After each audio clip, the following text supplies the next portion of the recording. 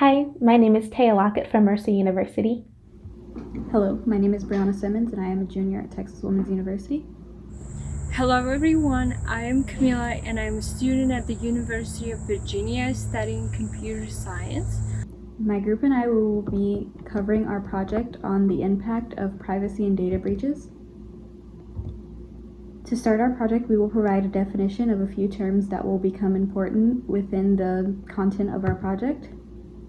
We will provide a Google case study, a Facebook case study, an Apple case study, as well as an overview of these companies' policies, concluding with an analysis and our conclusion. So to start, within this project, we define misuse as an instance of data breach, privacy breach, or data systems error. This includes intentional and unintentional instances. We defined a data breach as a security violation in which sensitive, protected, or confidential information is copied, transmitted, viewed, or stolen by an individual unauthorized to do so.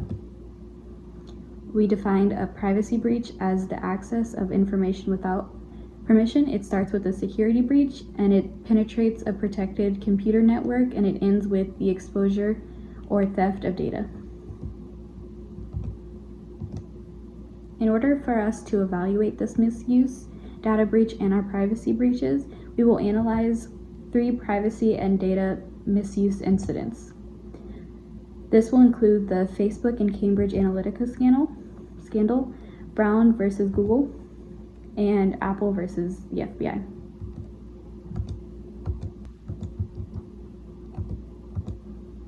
So our first company lawsuit, we're going to start with Brown versus Google. Google is currently being sued for tracking users when using incognito mode. Claims in this lawsuit are made that Google did not notify users that their data was being collected while in this browsing mode. Plaintiffs makes claims that Google's software has secretive and malicious structure to avoid notifying users. The main issue with this lawsuit would claim Google's privacy policies violate the unauthorized interception under the Wiretap Act and several other acts in effect. The main issue is that there's no notification or guarantee that Google isn't using this data when users are in this mode. This lawsuit states the fact that more than 70% of all websites use Google services, which provides the potential of more information being collected. Documents within this case states that in order for consent to be actual, the disclosures must explicitly notify users at the time of the practice when the data is being collected. Courts suggest that secret monitoring of private browsing is highly offensive behavior. This case highlighted the importance for users to be in control of who can get information about them, to not be tracked without their consent, and to be in control of what information is collected about them and when this information is collected. This case stands on the fact that Google needs to make consent in their terms more clear. The issues with the current proposed solutions that the plaintiffs seek within this case, Google already provides a lengthy terms and conditions that includes over 4,000 words. Adding regulations can add to user confusion as well as make these existing terms become contradictory and provide inconsistency in the settings implemented by the users. The Wiretap Act would support the idea that Google may be found guilty, but Google still fights that the users already provide consent while in browsing mode. This court case caused the deep analyzation of Google documents that are relevant to this case. This will include Google's privacy policy, Chrome's privacy notice, a web page entitled Search and Browse Privately, a Google web page entitled How Private Browsing Works in Chrome, and the incognito splash screen. Google's motion to dismiss this case was denied, and Google still faces a $5 billion class action lawsuit. I'll be talking about Cambridge Analytica scandal and its impact on Facebook's privacy policy. In 2014, a data scientist and a psychologist from Cambridge University, Alexander Kogan, created an app called This Is Your Digital Life. He told everyone that the app was created for research purposes and he wanted to see how Facebook users' psychological profiles are correlated with their Facebook activity. At a time, Facebook's API also granted access not only to personal information of those who downloaded the app, but also to their friends' personal data. Later, Cambridge Analytica, a data mining company that worked on Donald Trump's election campaign, bought data from Kogan and used it to more effectively target advertising at the voters during US presidential election. So the problem with Cambridge Analytica is not actually that they use Facebook to find more supporters, but they took advantage of the data without letting people know. After Cambridge Analytica scandal, Facebook changed what third-party apps can access and introduced strict rules for them to follow. For example, apps using the Events API will not have access to the guest list and post on the event wall, or apps using the Groups API will not have access to the member list of a group. Apps using the Pages API will need to be approved by Facebook to see if they provide useful services to our community. Apps will not have access to any additional information like political or religious views, custom friend list, educational and work history, or any other reading or listening activity. If users have not used the app for the last 3 months, a developer's ability to request data they shared will be removed. However, there are still some issues that Facebook needs to consider. So a lot of universities don't really have ethical guidelines for internet-mediated research. They need to develop appropriate guidelines to perform ethical evaluations of research proposals that use data collected from social media, internet, and different applications. Another issue is that privacy policies tend to be long and really hard to understand for ordinary people. Cambridge Analytica impacted not only Facebook, but other companies as well. They began to update their privacy policies to avoid litigation. Also, Facebook developed Hard Questions, a series that explores the most challenging issues and what kind of impact Facebook products have on our society. In 2015, the FBI asked Apple to jailbreak a deceased terrorist's phone. However, when Apple could not jailbreak the phone, they instead asked them to create a software that would jailbreak the phone for them. And Apple refused, saying that this would create a backdoor that would allow anyone to unlock an iPhone.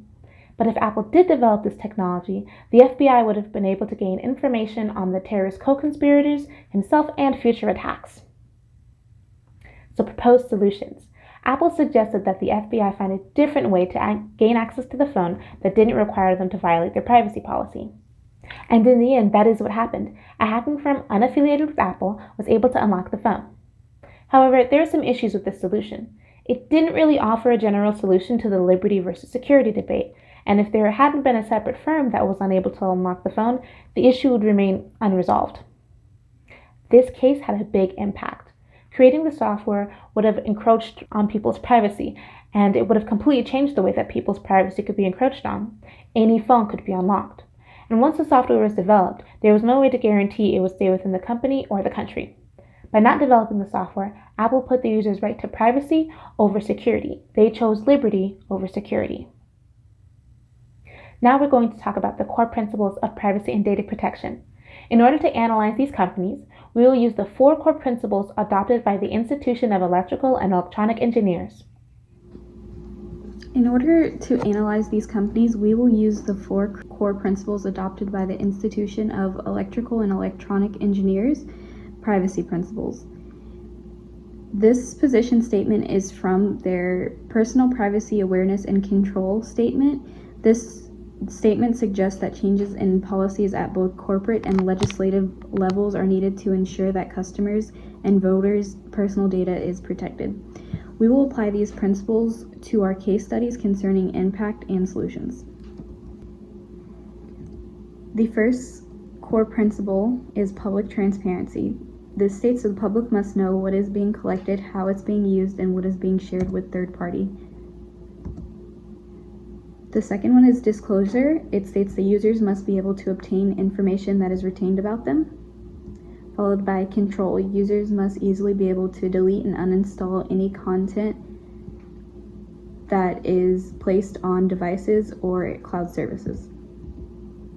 Notification states that users shall have the right to know the source of privacy violations.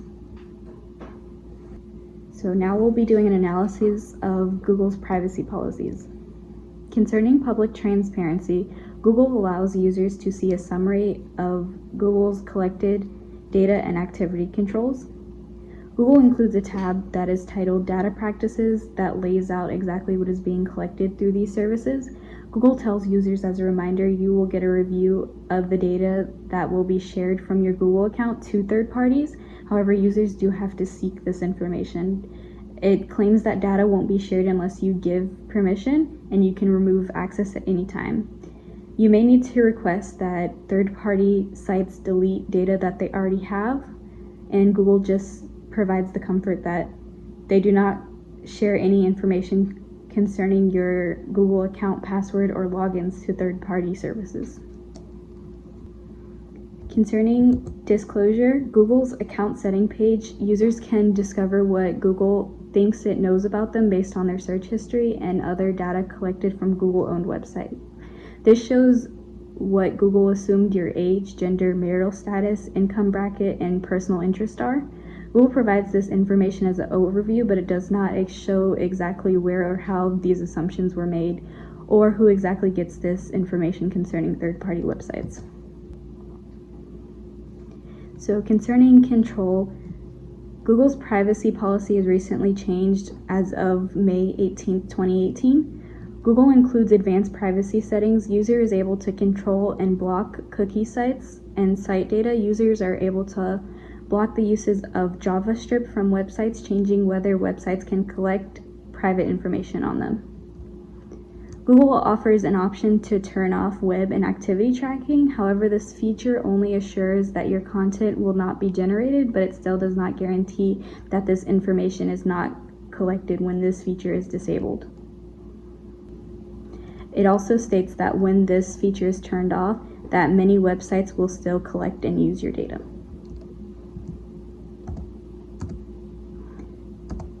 Concerning notification, Google sends out privacy reminders.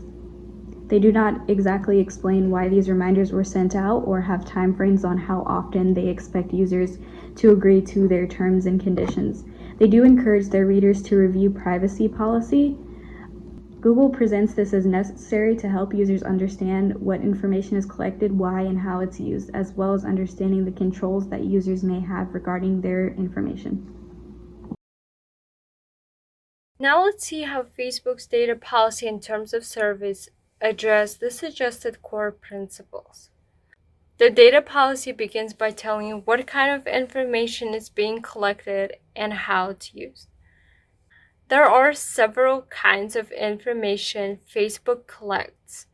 So the first one is the information that users provide themselves, like their posts, frequency, and duration of their activity, their transaction, any information they put into their profile fields.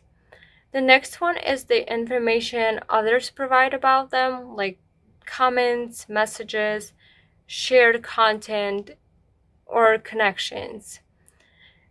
Facebook also stores device information, like characteristics of your device, the ID, signals, the network you use.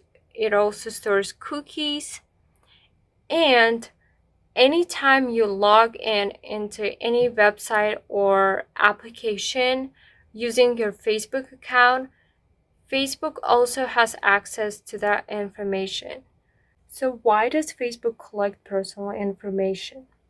Their mission is to provide free services, and to be able to do so, they follow the popular business model.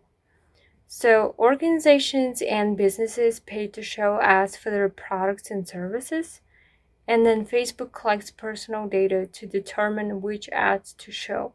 For example, a company that sells bikes to women chooses to advertise their products on Facebook. So then Facebook would find users who identify themselves as female and who are interested in biking, and they will target them with these ads. The other core principle is disclosure.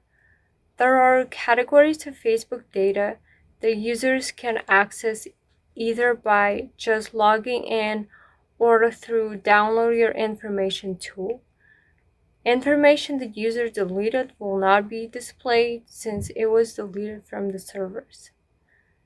The next core principle is control. Users can download a copy of their Facebook data. Also, users from South Korea, Spain, and Ireland can access their off-Facebook activity. Facebook will gradually make this information available in other parts of the world as well. Then Facebook account can be deleted at any time. It takes up to 90 days to delete posted and shared content.